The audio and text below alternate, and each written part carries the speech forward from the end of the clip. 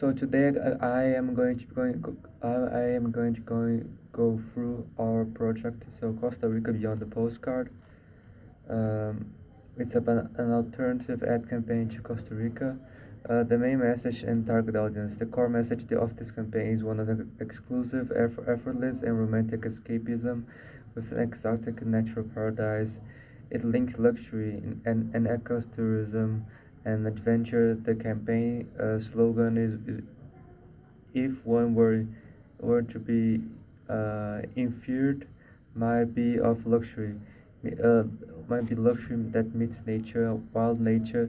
The target audience is clearly high income high income that high income individuals, honeymooners, and therefore Western tourists, primarily from U.S., Canada, Costa Rica main markets who are looking for a guilt-free vacation where experience their ecological consciousness is served alongside five-star amenities.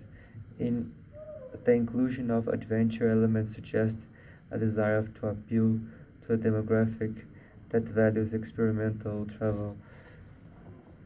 Um, uh,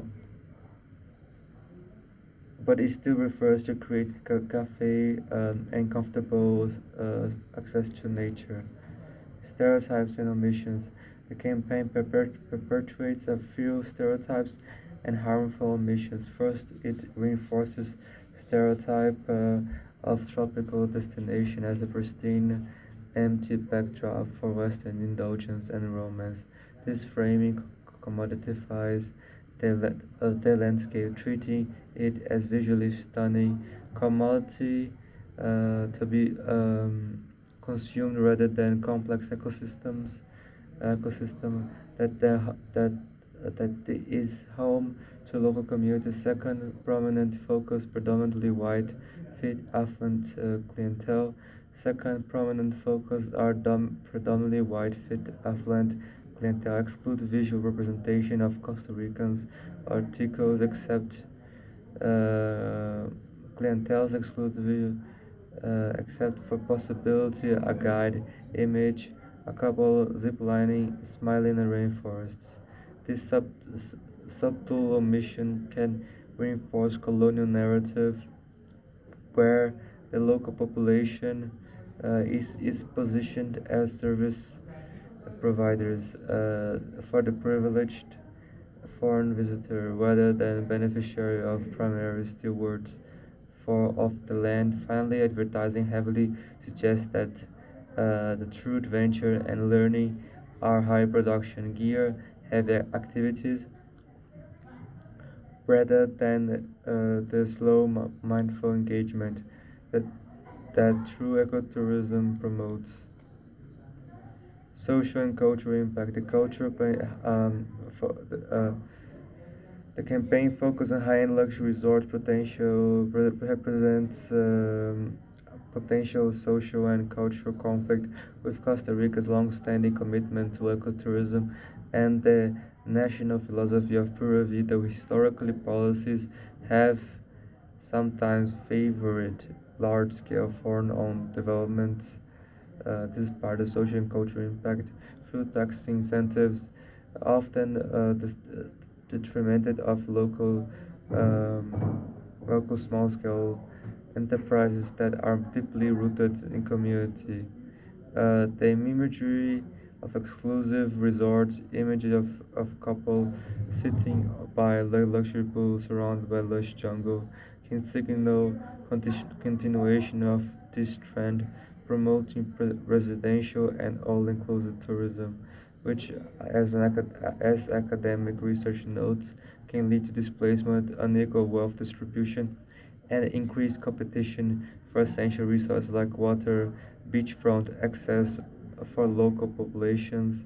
The campaign emphasizes on romance and luxury, further contributes to the sexualization and commodification of the destination, framing it as an exotic place, uh, hetero, heteronormative Western scape model.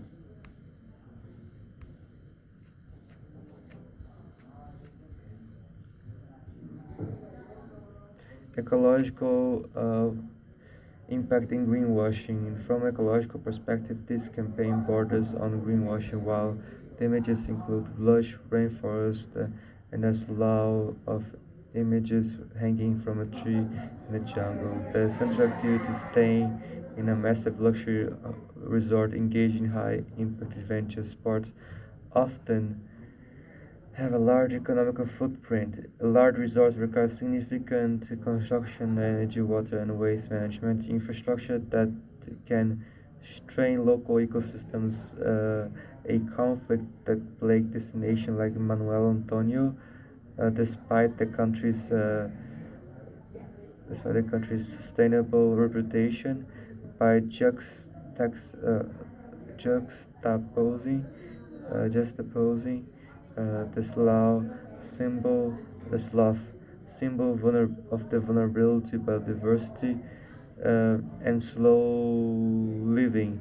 With the image of massive luxury pool, the campaign implies that the traveler can enjoy the natural benefits without engaging in the necessary sustainable practices.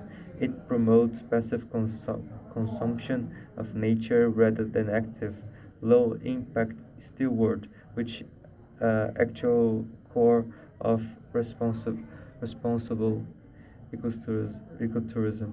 Furthermore, the visual composition brings the sense of curated wilderness, which can be used for the maximum leisure of high-end paying tourists. The reality ecosphere in Costa Rica is not that of a delicate environment already highly pressured by modernization and tourism. Images of zipline and manicured, perfected forest paths and luxury pools with lush grounds constructs a false narrative of coexistence between construction and rainforest ecology.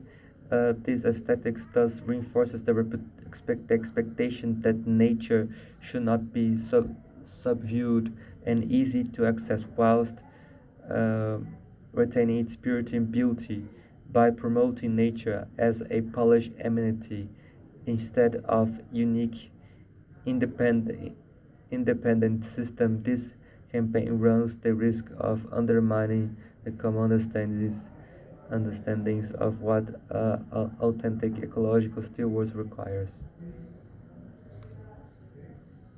Con-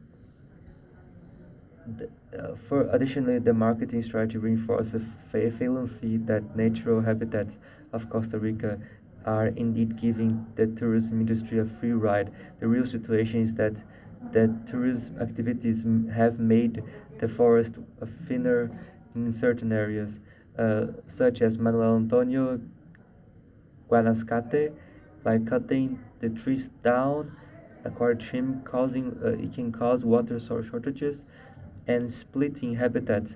These environmental issues are covered by the campaign as a similar harmless, fun, and therefore uh, activities.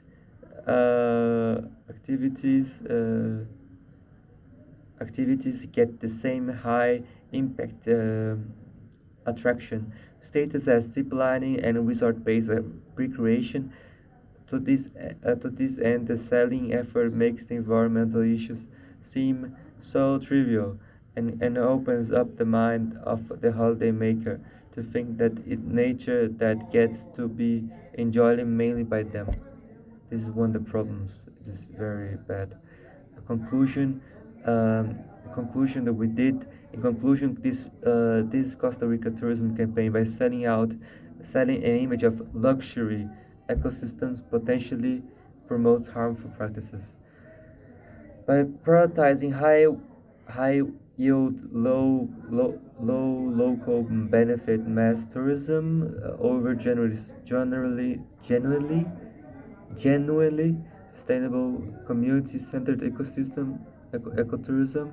It exploits the country's celebrated green brand to market a product that carries a significant environmental cost and may exacerbate social inequalities by catering primarily to the wealthy. Uh, the another point is the non local demographic that primarily harm.